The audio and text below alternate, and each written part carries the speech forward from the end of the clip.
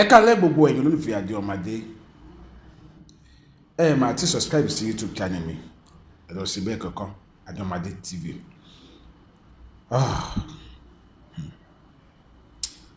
mo fẹ́ sọ nǹkan kan lórí ọ̀rọ̀ Mohbad. Ǹjẹ́ jẹ́ mọ̀ pé wọ́n pa ọmọ yẹn ni? Wọ́n pa ọmọ yẹn ni.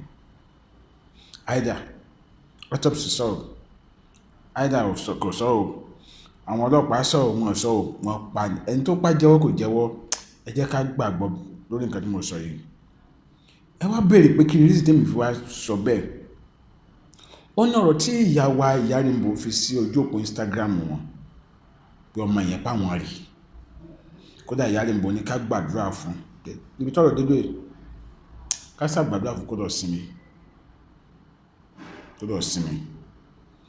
Ṣẹ́rí òun ti mọ ibi tí kùn ti wá, ó ti mọ̀ bẹ́ẹ̀ yẹn pé ó ti di abara méjì.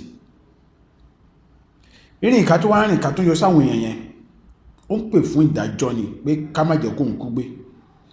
Púpọ̀ àwọn tó rí ní ó ń sunkún tó bá ti yọ sáwọn ó ń sunkún tó bá yọ sáwọn. Àwọn bàbá wa mọ́nímọ́ní àwọn bàbá ọmọ ẹ̀wọ̀n wọ́n dẹ̀ ti mọ̀ túmọ̀ ẹ̀ bẹ́ẹ̀. Tó wọn bá pà kò ní máa yọ sáwọn èèyàn kiri kó dẹ̀ máa sunkún.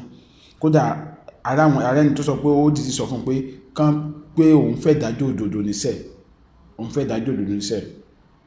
Ọmọbìnrin kan sọ̀rọ̀ kan pé kódà àbúrò òun lè lójú àlá tó bá àbúrò sùn tó dẹ̀ fún lójú àlá lóòkè sọ̀rọ̀ àwàdà. Ṣùgbọ́n kí ni concern mi bẹ́ẹ̀ ni pé yíyọ tó ń yọ sáwọn èèyàn kiri yẹn ó ń fẹ́ ìdájọ́ òdodo. Èyí tẹ́ wá ń bú wa torí pé à ń pè fún ìdájọ́ òdodo.